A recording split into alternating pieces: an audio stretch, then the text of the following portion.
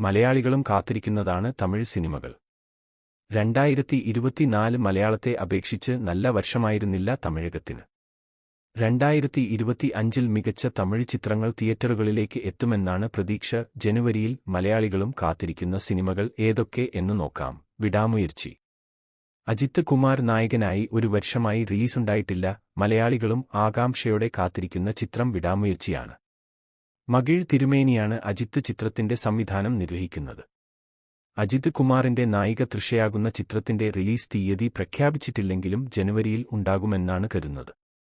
Lyca productions ആണ് ചിത്രം നിർമ്മിക്കുന്നത്.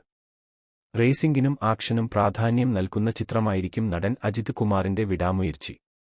അനിരുദ്ധ് രവിചന്ദറാണ് സംഗീത സംവിധാനം. Good Bad Ugly. Ajith Kumar നായകനായ മറ്റൊരു ചിത്രവും ജനുവരിയിൽ റിലീസ് പ്രതീക്ഷിക്കുന്നുണ്ടെന്നാണ് റിപ്പോർട്ട്.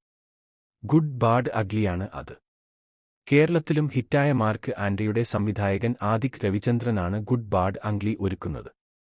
ജനുവരിയിൽ പൊങ്കലിന് റിലീസാകുമെന്നാണ് പ്രതീക്ഷ. വനാങ്കൻ. സംവിധായകൻ ബാലയുടെ വനാങ്കൻ എന്ന സിനിമയും ജനുവരിയിൽ റിലീസുണ്ട്. അരുണ് വിജയാണ് നായികയായി എത്തുക. മലയാളി പ്രേക്ഷകരുടെയും പ്രിയങ്കരനായ ഒരു താരമായ സൂര്യയുടേതായി നേരത്തെ പ്രഖ്യാപിച്ചതായിരുന്നു വനാങ്കൻ. എന്നാൽ പിന്നീട് സൂര്യ പിന്മാറുകയായിരുന്നു. വീരധീര സൂരൻ. ചിയാൻ വിക്രം നായകനാകുന്ന പുതിയ ചിത്രമാണ് വീരധീര സൂരൻ. എസ്.യു. അരുണ് കുമാറാണ് സംവിധാനം നിർവഹിക്കുമ്പോൾ ചിത്രത്തിൽ നായിക ദുഷ്ര വിജയൻ ആണ്. തേനി ഈശ്വറാണ് ഛായാഗ്രാഹണം നിർവഹിക്കുന്നത്. സുരാജ് വെഞ്ഞാറമൂടും ഒരു പ്രധാന കഥാപാത്രമാകുമ്പോൾ ജി. വി. പ്രകാശ് കുമാറാണ് സംഗീതം നിർവഹിക്കുക.